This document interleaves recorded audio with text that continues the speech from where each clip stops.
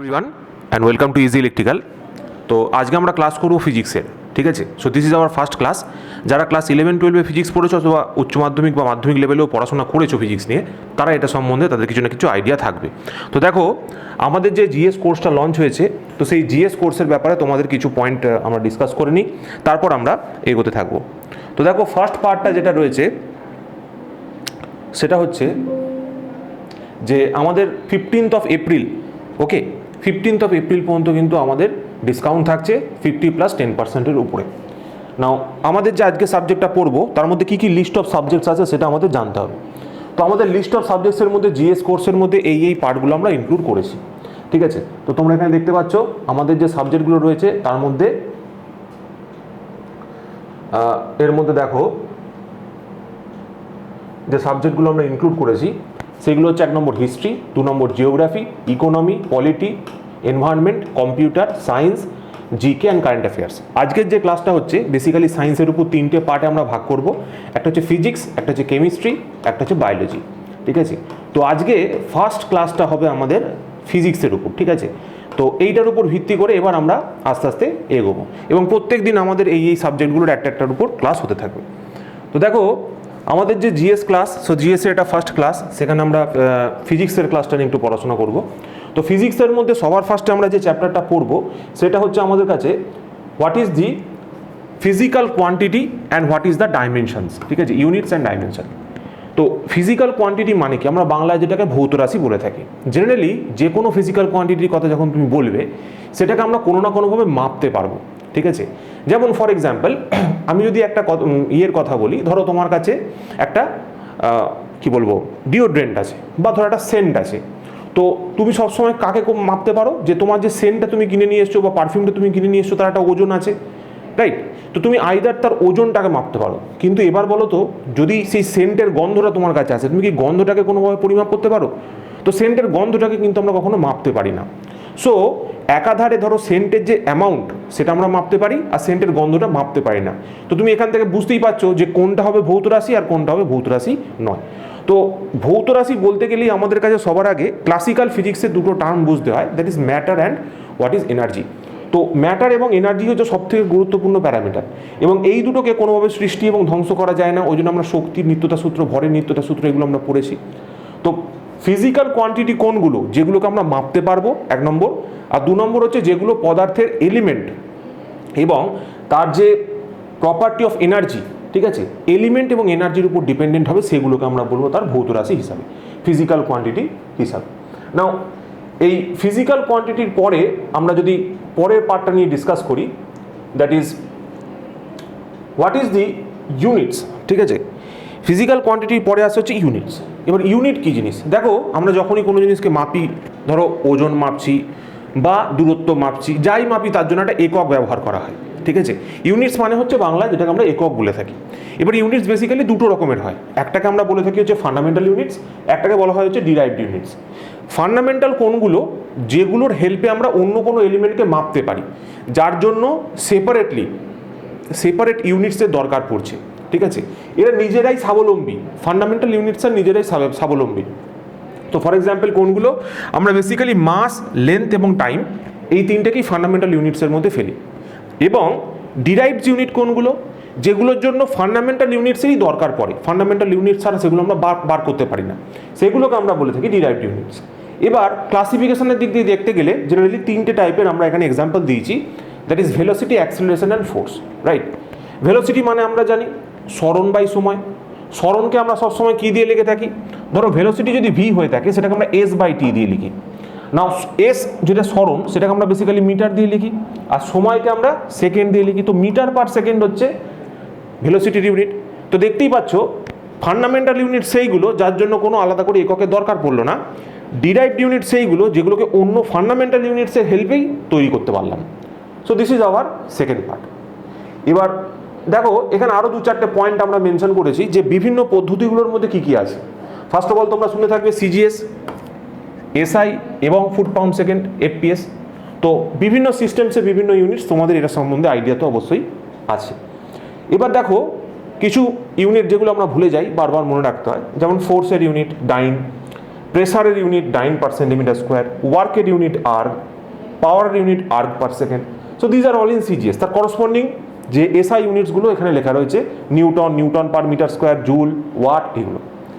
তো এরকম ইউনিট থেকে কিন্তু পরীক্ষায় কোশ্চেন জিজ্ঞেস করে, তুমি যে পরীক্ষায় দাও না কেন সেই পরীক্ষায় কিন্তু জিজ্ঞেস করে দিল what is the unit of সে power, SI unit of power তোমায় জিজ্ঞেস করলো। So that is answer will be watt. So এইরকম কোশ্চেন কিন্তু তুমি যে কোনো পরীক্ষায় এক্সপেক্ট করতে পারো। আর একটা যেটা গুরুত্বপূর্ণ জিনিস ওরা দেয় সেটা হচ্ছে regarding the conversions between the units, ঠিক আছে। তো এইমাত্র কিছুক্ষণ আগে আমরা ফোর্সকে নিউটনে বললাম, তো সেই নিউটনের সঙ্গে ডাইনের সম্পর্ক কি, 10⁵ ডাইন। পাস্কেল প্রেসারের ইউনিট, প্রেসারের সঙ্গে ডাইনের ইয়ের সম্পর্কটা কি, 10 9 পার সেন্টিমিটার স্কোয়ার। জুলের সঙ্গে আর্গের সম্পর্ক কি, রাইট। ওয়াট পাওয়ারের সাথে কি সম্পর্ক রয়েছে। সো এইগুলো আমাদের কাছে গুরুত্বপূর্ণ। তো এই সমস্ত ভ্যালুয়েশনগুলো কিছু কিছু ক্ষেত্রে কোশ্চেনে কিন্তু দিয়ে দেয় যে এই পার্টিকুলার পয়েন্টগুলোর উপরেও কিন্তু আমাদের একটুখানি জোর দিতে হয়, মনে রাখতে হয় এই পার্টিকুলার টপিকগুলো। এগুলো ছাড়াও আর বেশ কিছু স্পেসিফিক ইউনিটস রয়েছে যেগুলো পরীক্ষায় জিজ্ঞেস করে। যেমন যারা ইলেকট্রিক্যাল ইঞ্জিনিয়ারিং নিয়ে পড়ো তারা ইলুমিনেশন সম্বন্ধে পড়েছো, সেই ইলুমিনেশনের মধ্যে একটা পয়েন্ট থাকে ইলুমিনাস ইন্টেন্সিটি, রাইট।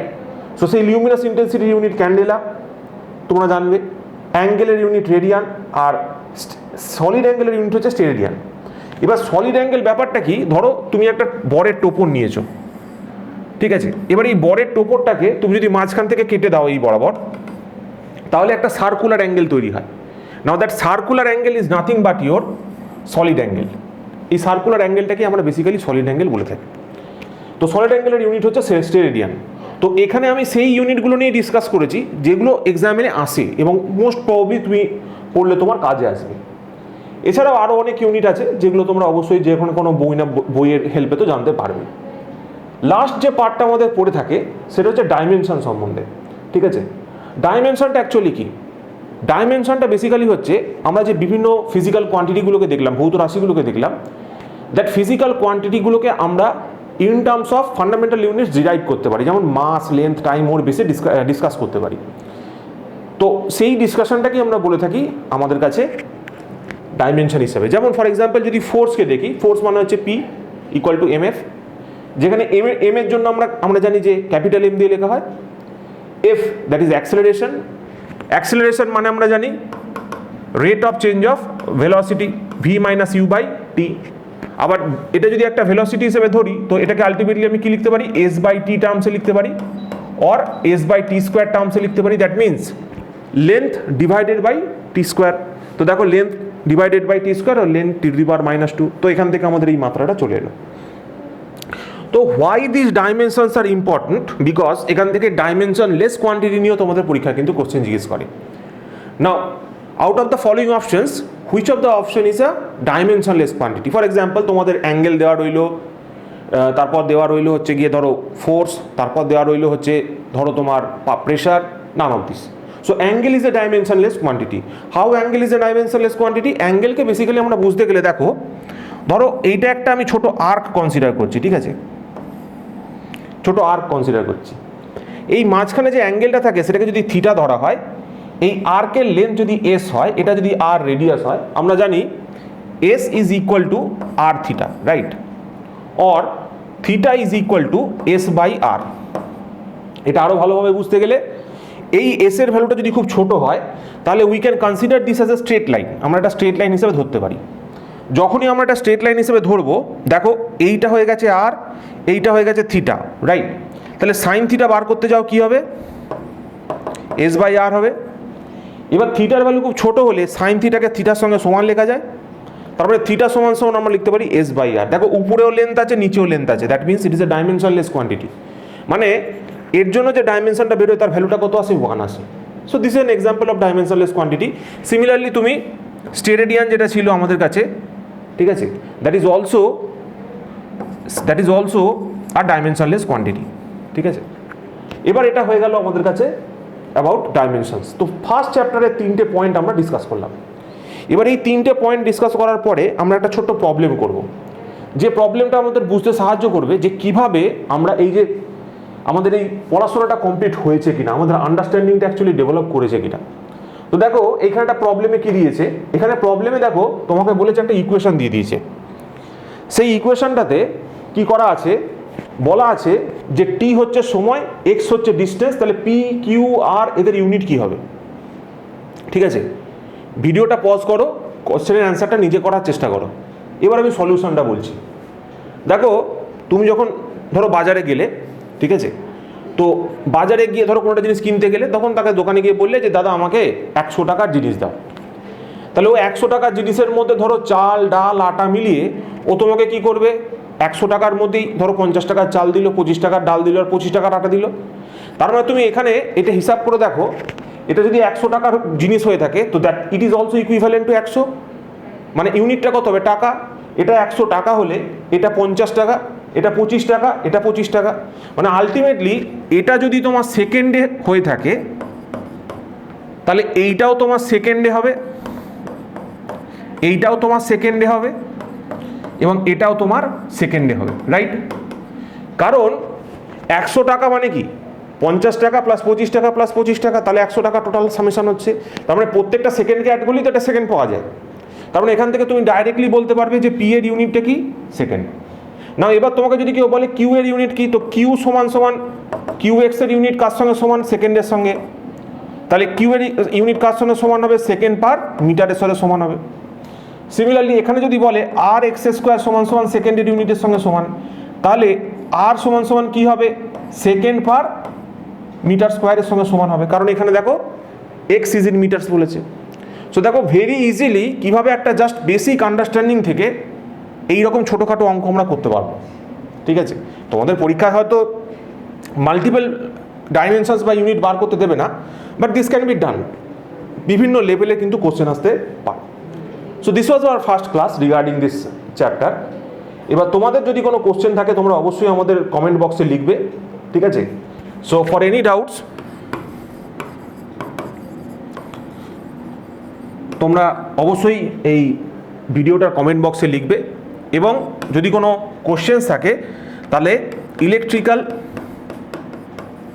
easy@gmail.com এইখানে তোমরা মেল করবে রিগার্ডিং দিস ফার্স্ট চ্যাপ্টার। ওকে, তো এরপর থেকে যে ক্লাসেসগুলো থাকবে সেইগুলো তোমরা আস্তে আস্তে ভিডিও এখানেও কিছু পাবে আর লাইভ ক্লাসেসও তো হবেই। তো আমাদের এই যে কোর্সেসগুলো চলছে তার মধ্যে তোমরা দেখতে পাচ্ছ যে অলরেডি অল কম্বাইন্ড এইর মধ্যে 60% ডিসকাউন্ট চলছে এই প্রাইসের উপর। গেটের ব্যাচ চলছে। এগুলো ছাড়াও আমাদের এন্ট্রান্স এক্সামিনের প্রিপারেশন আমরা বেসিক্যালি দিয়ে থাকি, যেখানে জিলেট জেক্সপোর ব্যাচ অলরেডি চলছে। তোমরা বিটেকের, ডিপ্লোমার, আইটিআই যে স্টুডেন্টসই হও না কেন তার যে সেমিস্টার বেস ক্লাসেস থাকে সেগুলো আমরা অর্গানাইজ করছি। যারা বোর্ডস এর ফিজিক্স ক্লাস পড়ছো তো তারাও কিন্তু এই ক্লাস অ্যাভেল করতে পারবে। সো কোনো কোশ্চেন থাকলে অবশ্যই এই ফোন নাম্বারে অথবা কমেন্ট বক্সে সবার আগে লিখবে। কোর্স সম্বন্ধে কিছু জানার থাকলে অবশ্যই আমাকে জিজ্ঞেস করবে, এই নাম্বার দুটো দেওয়া রইল। So thank you everyone and have a nice day.